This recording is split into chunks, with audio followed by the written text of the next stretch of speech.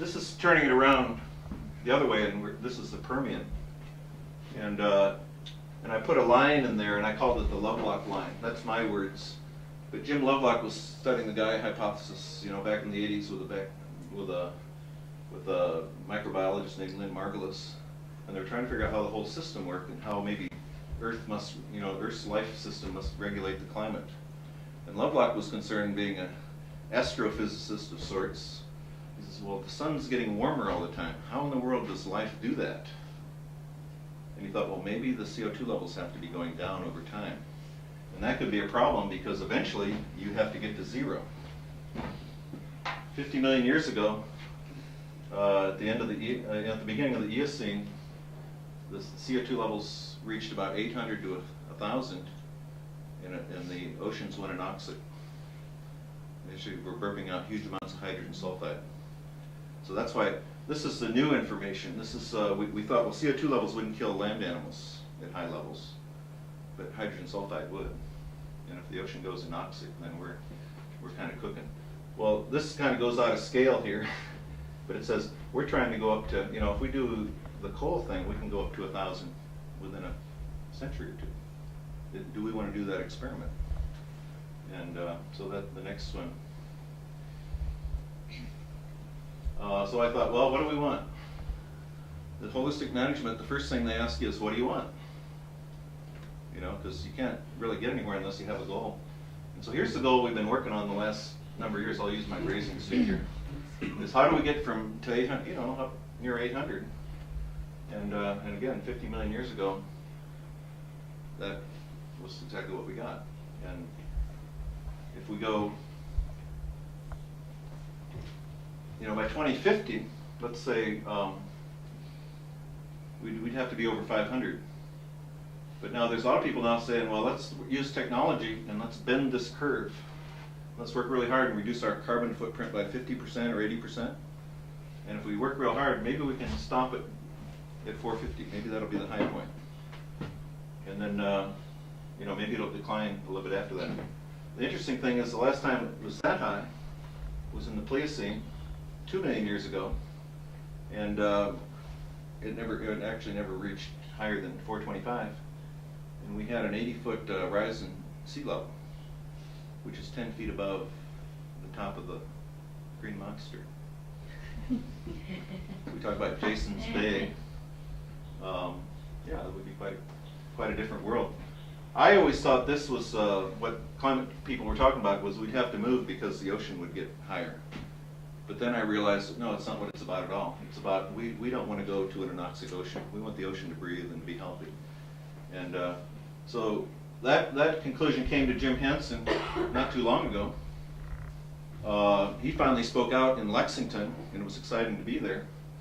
And he said, we got to go to 350. No idea how.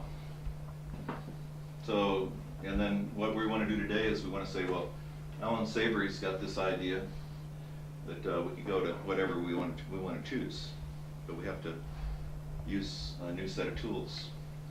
And the last time we were at 350 was 1988, and that's when Hansen was yelling in Congress the first time, and Al Gore was thinking about that a lot. The last time we were at 310 was 1949, which was the year I was born. So let's go one more shot. Oh, this doesn't show. That's too bad. Do you see anyone you know? DC coal protests just a couple weeks ago. And Bill McKibben got up and said 350 is the most important number in the world. And Bill McKibben's right there. And it wasn't 5 minutes later, here's the most important number in the world. And 5 minutes later, Hansen gets up and says 350 or far beyond. I'd feel a lot better at 325 or 300. And there's Jim Hansen right there. He's wearing a 350 button on his hat. And then somewhere in here is me. But this was a huge, this didn't get the press coverage much, but this was a huge protest, 5,000 people, and Congress said, well, we're not going to burn coal, we're going to burn natural gas in that one plant. So now the protest has moved on.